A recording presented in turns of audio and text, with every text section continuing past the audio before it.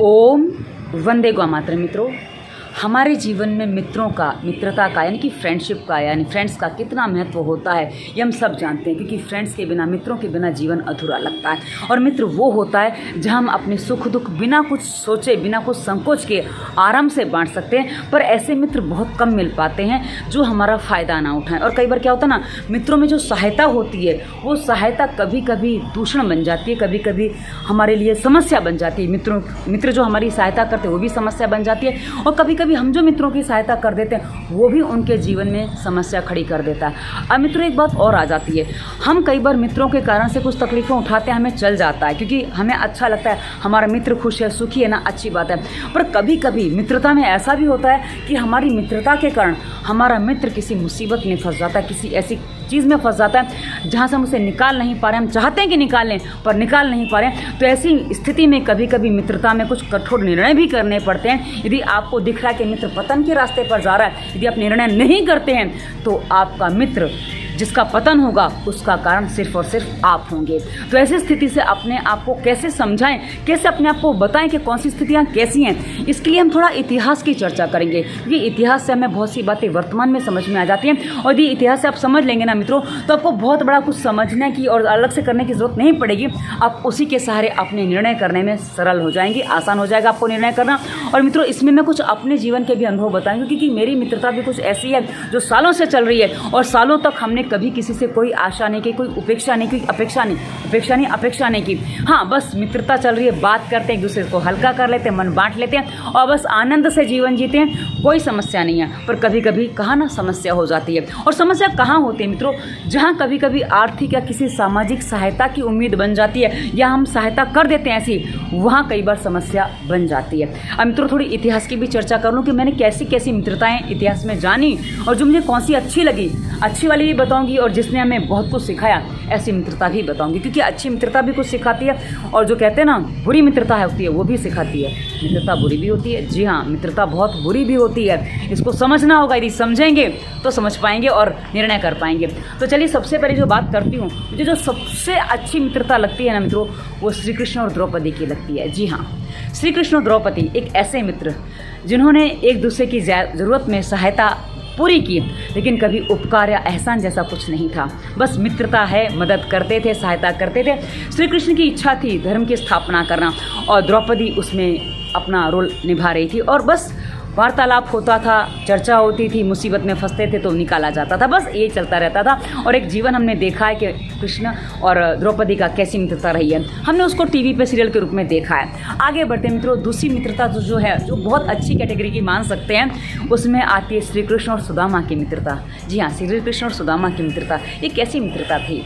श्री कृष्ण महाराज और सुदामा एकदम गरीब ब्राह्मण, लेकिन कभी भी श्री कृष्ण की मित्रता का जो सहारा है वो सुदामा ने नहीं लिया। एक दिन पत्नी के कहने पर अपने मित्र से मिलने आ भी गए, तो मित्र ने भी कोई कमी नहीं करी, देने में भंडार खोल के दिया और भर दिया, बिना मांगे दिया। तो मित्रता ये भी होती है, यदि आपका मित्र ऐसा है तो आप इसकी सहायता करें, पर उसको जताएं नहीं कि मैं तेरी सहायता कर रहा हूँ, पर हाँ करनी ज़रूर चाहिए सहायता। तो ऐसे आप कर सकते हैं। और इसमें कभी भी श्री कृष्ण से दोबारा मिलने सुदामा नहीं आए, और जो स्थितियाँ हैं हम जानते हैं। चलिए आगे बढ़ते हैं मित्रों।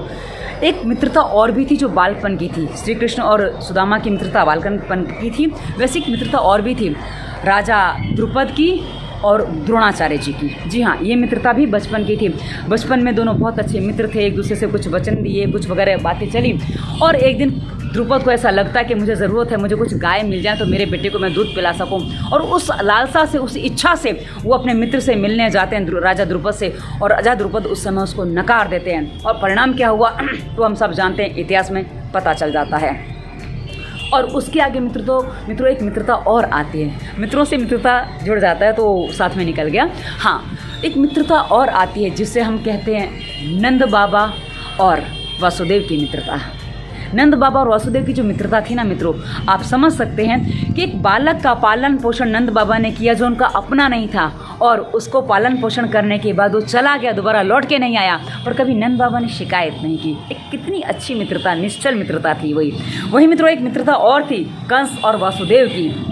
जहाँ कंस को लगा कि मेरे जान पर जोखम है, उसने सीधा कारागार में डाल के बंदी बना के और बोल दिया तेरे सारे बच्चों को मैं मार डालूंगा। एक मित्रता ऐसी भी थी।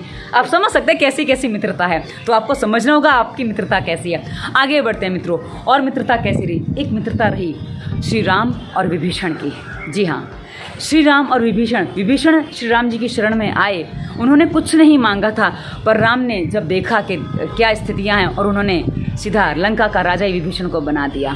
लेकिन मित्रों, विभीषण ने जो किया, हमारे समाज में कोई भी अपने बच्चे का नाम विभीषण नहीं रखता। क्यों नहीं रखता हम सब जानते हैं, घर का भेदी लंका ढाए, तो ये स्थिति बन जाती है। अब आगे बढ़ते हैं मित्रों, उसमें हम थोड़ा सा स्वार्थ और थोड़ा सा दोनों पक्ष का स्वार्थ से जो मित्रता बनी थी, वो मित्रता थी श्री राम और सुग्रीव की। एक तय हुआ था कि भाई दोनों एक दूसरे की सहायता करेंगे। दोनों की पत्नी चुराई गई थी, जो दोनों की पत्नी छीनी गई थी, तो दोनों ने एक दूसरे की सहायता करने की ठानी। श्री राम ने तो सुग्रीव की सहायता कर दी, पर जब सुग्रीव की बारी आई तो थोड़ा अपनी अय्याशी में डूब गया, और जो हुआ बाद में फिर सुग्रीव ने अपनी गलती भी स्वीकार कर ली, और उसके बाद कभी कोई समस्या नहीं आई, ऐसा हम इतिहास में जानते हैं। तो मित्रों एक मित्रता ये भी देखी हमने, और उसके बाद मित्रों एक मित्रता हमने और भी देखी। कौन सी? पृथ्वीराज चौहान और चंद्रबरदाई की। नाम मैं भूल जाऊंगी शायद, इसलिए ऐसा था, मुझे इसे मैंने हाथ पे रख के रखा था कि ये नाम मेरे लिए थोड़ा लंबा भी था और मैंने थोड़ी देर पहले इसको जाना था, तो मैं नाम भूल जाऊँ इसलिए मैंने लिखा था। हाँ, पृथ्वीराज चौहान और चंद्रबरदाई की मित्रता। मित्रों, मरते दम तक बदला भी लिया, और एक दूसरे को चंद्रबरदाई ने पृथ्वीराज चौहान को मार भी दिया। क्यों? मित्रता थी, और उसको निभाने के लिए कि कहीं शत्रु इनके साथ क्या स्थिति बनाएगा, उससे अच्छा मैं मार डालूं और खुद भी मर जाऊं। ये भी मित्रता होती है, और ये मित्रता बहुत कम लोगों को भाग्य में होती है, क्योंकि ऐसी मित्रता यदि मिल जाए तो जीवन सफल है मित्रों। उसके बाद सबसे दूषण भरी मित्रता जिसको मैं मानती हूँ, जिसमें भरपूर दूषण था और वो मित्रता कही जाती थी, इसे हम कहते हैं कर्ण और दुर्योधन की मित्रता। दुर्योधन ने कर्ण को धनुर्धारी के रूप में जब देखा, उसने उससे मित्रता की। उसने को लगा कि इस पर यदि मैं उपकार कर दूंगा तो ये आजीवन मेरा ऋणी रहेगा, और उसके कारण मुझसे मित्रता निभाएगा और मेरे हर स्वार्थ को सिद्ध करने में मेरी सहायता करेगा। मित्रों, इस प्रकार हमने कई प्रकार की मित्रता देखी। अब जो आपको बता दूं, यदि वास्तव में कर्ण दुर्योधन को अपना मित्र मानता, उसने दुर्योधन को अपना कभी मित्र माना ही नहीं। वो उसके उपकारों से दबा हुआ था। कर्ण ने हमेशा दुर्योधन का उपकार माना है, तो दुर्योधन के उपकार से वो दबा हुआ था। इसलिए कर्ण ने दुर्योधन की हर बात मानी, सही हो गलत हो बात मानी। उसने बस अपने मित्र की अहंकार पूर्ति की। मित्रों, आज हम जब अपनी मित्रता में कहीं फंसते हैं तो हम कहीं दुर्योधन और कर्ण की मित्रता पे आ जाते हैं। कैसे?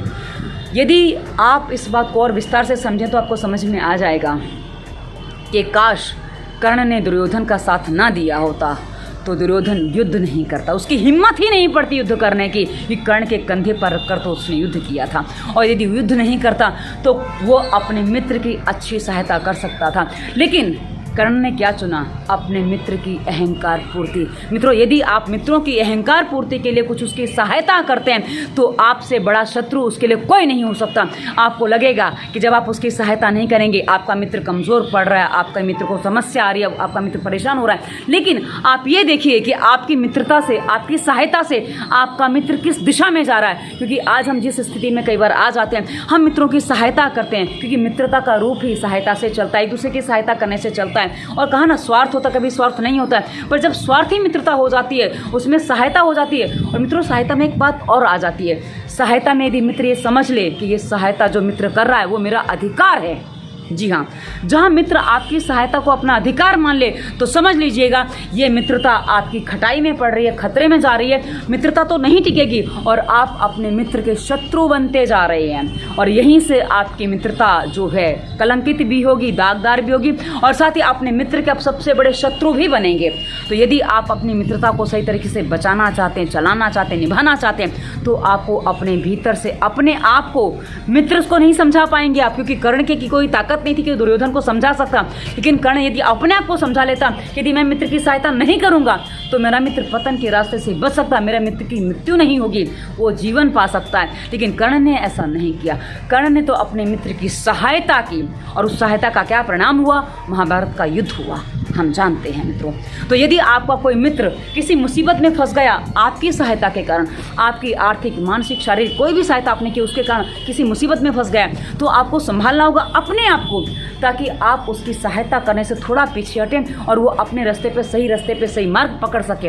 यदि आपको लगता है वो आपको उल्हाने दे, ताने दे, कुछ भी करे, पर आपको वहाँ पिघलना नहीं है, क्योंकि यदि आप पिघल जाते हैं ना, आप उसकी बातों में आ जाते हो, आपको कहेंगे कि आपकी मैंने इतनी सारी मदद की, ये किया, वो किया, आप ऐसा करते हो मेरे साथ में, आप इतना कर सकते थे, आपने नहीं किया, वगैरह वगैरह बहुत कुछ आपसे कहेगा कि तूने ऐसा नहीं किया। ये शब्द मेरे हैं, आप हम बोल जाते हैं, पर हाँ, तूने ऐसा नहीं किया, तू ऐसा कर सकता था, तू इतना मेरे लिए कर सकता, तो तूने नहीं किया, तेरी ताकत थी, तूने नहीं किया।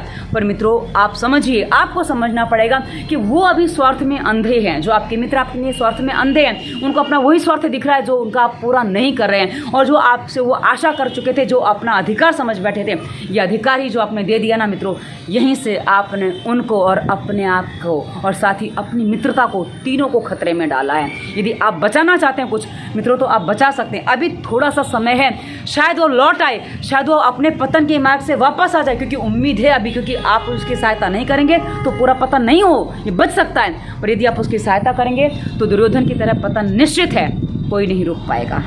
तो निर्णय आपको करना है कि आपको मित्रता कैसी निभानी है। मित्रों सच्ची मित्रता मैं आपको बता दूं, मुझे जो सबसे सही मित्रता लगी है वो है श्री कृष्ण और द्रौपदी की। उसके बाद कहूँ तो नंद बाबा और वासुदेव जी की मित्रता सबसे अच्छी, उच्च कोटि की मित्रता है कि सहायता की और हमने कोई आशा नहीं की। वही मित्रों मैं अपने जीवन की बता दूं, मेरे जीवन में एक मेरी सहेली है सुधा, बहुत अच्छी मित्र है। मतलब हम बचपन के मित्र हैं, बचपन की तो नहीं कहूँगी, हम किशोरावस्था के मित्र हैं, और आज भी हमारी मित्रता चल रही है। और हमें कोई स्थिति से कभी भी एक दूसरे से हमने कोई डिमांड नहीं की, कोई मांग नहीं की। हाँ, कभी कभी गिफ्ट दिया, नहीं दिया, मिले तो बस मिले बस, बातें ही बातें और कुछ नहीं। और वहीं मेरे दो पुरुष मित्र भी हैं, हिल्पेश और अजय। मित्रों ये मेरे कॉलेज के समय के मित्र हैं और आज भी हमारी मित्रता है। हमने कभी भी एक दूसरे से कोई सहायता नहीं ली, हाँ आर्थिक सहायता नहीं ली, विचारों की सहायता तो हमने कई बार ली है। हाँ कुछ ऐसी ज़रूरत पड़ जाती है तो कई बार हो जाता है, पर हाँ ऐसे कहें कि हम कभी एक दूसरे का मिसयूज़ नहीं करते। मित्रों यदि आप मित्रता में एक दूसरे का मिसयूज़ करते हैं तो समझ लीजिए आप गलत दिशा में जा रहे हैं। मित्रता में मिसयूज़ नहीं होता। और मित्रों एक बात और बता दूं, अभी एक मेरी ताज़ी मित्रता हुई है, 6-8 महीने पहले एक मित्रता हुई है, उनका नाम मैं सागर लेना चाहूँगी यहाँ पे।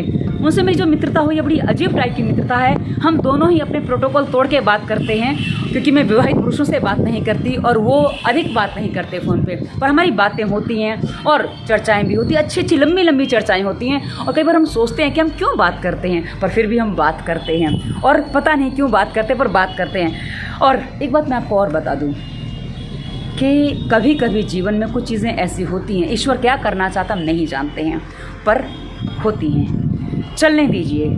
पर एक बात ध्यान रखिएगा, जिस दिन आपको अपनी दृष्टि में गिरना पड़ जाए ऐसा कोई काम मत करिएगा। मित्रता कभी आपके लिए बाधक नहीं बनेगी और आप मित्र की नज़रों में ना गिरें, अपनी दृष्टि में ना गिरें। ऐसे काम, ऐसी मित्रता यदि आप निभाते हैं और साथ ही जिस मित्रता को आप समाज के सामने उजागर ना कर सकें, यानी कि स्त्री पुरुष मित्रता में विशेषकर कहूँगी कि यदि आप समाज के सामने उजागर नहीं कर सकते तो वो मित्रता आपके लिए खतरा बन सकती है। इसलिए हम कुछ बातें उजागर नहीं करते हैं, पर हाँ अपने आप में हम साफ रहें, ये हमारे लिए सबसे ज़्यादा ज़रूरी है, क्योंकि हम समाज में कोई चीज़ ऐसी नहीं कर सकते जहाँ समाज के लिए कुछ गलत हो जाए।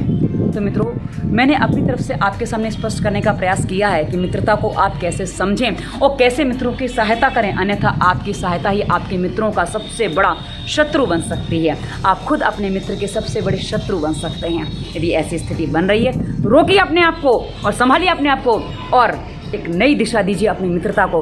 हो सकता है आप किसी ग्लानि से बच सकें, हो सकता है आप किसी गलत दिशा में जाने से बच सकें और अपने तनाव से भी मुक्त हो सकें। मित्रों इसी वीडियो के डिस्क्रिप्शन में आगे दवा मुक्ति के बाद स्वास्थ्य नियम, प्राणायाम और आपको क्या खाना चाहिए क्या नहीं खाना चाहिए, भोजन कैसे पकाएं से लेकर बहुत सारे विचारों से मुक्ति, यानी कि तनाव के विचारों से मुक्ति भी कैसे लें, हमने सारे वीडियोस दिए हैं। आप देखिए, सुनिए, पालन करिए, आप हर रोग से मुक्त हो सकते हैं। उसके बाद इंस्टाग्राम, फेसबुक, गूगल का लिंक है जहाँ मोटिवेशनल थॉट्स वगैरह डालते रहते हैं जो आपके जीवन जीने में, आपके निर्णय लेने में आपकी सहायता कर सकते हैं। और नंबर भी आपको डिस्क्रिप्शन में मिलेगा, हमें आप कहीं भी संपर्क कर सकते हैं। तो ये वीडियो कैसा लगा, हमने आपका समय कैसा उपयोग किया, दुरुपयोग किया, बताइएगा और साथ ही आपके विचार क्या वो भी इस वीडियो पर रखिएगा। धन्यवाद। वंदे मातरम।